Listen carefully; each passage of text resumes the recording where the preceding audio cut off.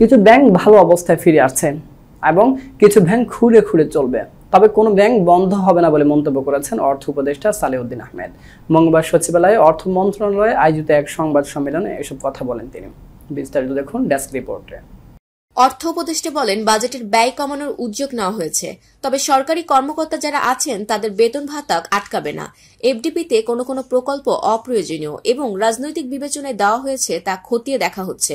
তিনি বলেন, কিছু ব্যাংক ফিরে আসছে, ইসলামী ব্যাংক, ব্রিগেস্ট ব্যাংক, এটা ভালোর দিকে যাচ্ছে, তবে কিছু ব্যাংক খুঁড়ে খুঁড়ে চলবে।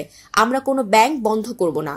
অর্থ সচিব ডক্টর মোহাম্মদ খারিকুজ্জামান মজুমদার, আর্থিক প্রতিষ্ঠান বিভাগের সচিব নাজমা মোবারক এবং জাতীয় রাজস্ব বোর্ডের চেয়ারম্যান মোহাম্মদ আব্দুল রহমান খানকে সঙ্গে নিয়ে এই সংবাদ সম্মেলনে আসেন অর্থ উপদেষ্টা। আমাদের ভিডিওটি ভালো লাগলে অবশ্যই আমাদের ইউটিউব চ্যানেলটি সাবস্ক্রাইব করে পাশে থাকা বেল আইকনটি বাজিয়ে দিন। এছাড়া আমাদের ফেসবুক পেজে লাইক দিয়ে পাশে থাকুন। ভিজিট করুন আমাদের ওয়েবসাইট। ধন্যবাদ।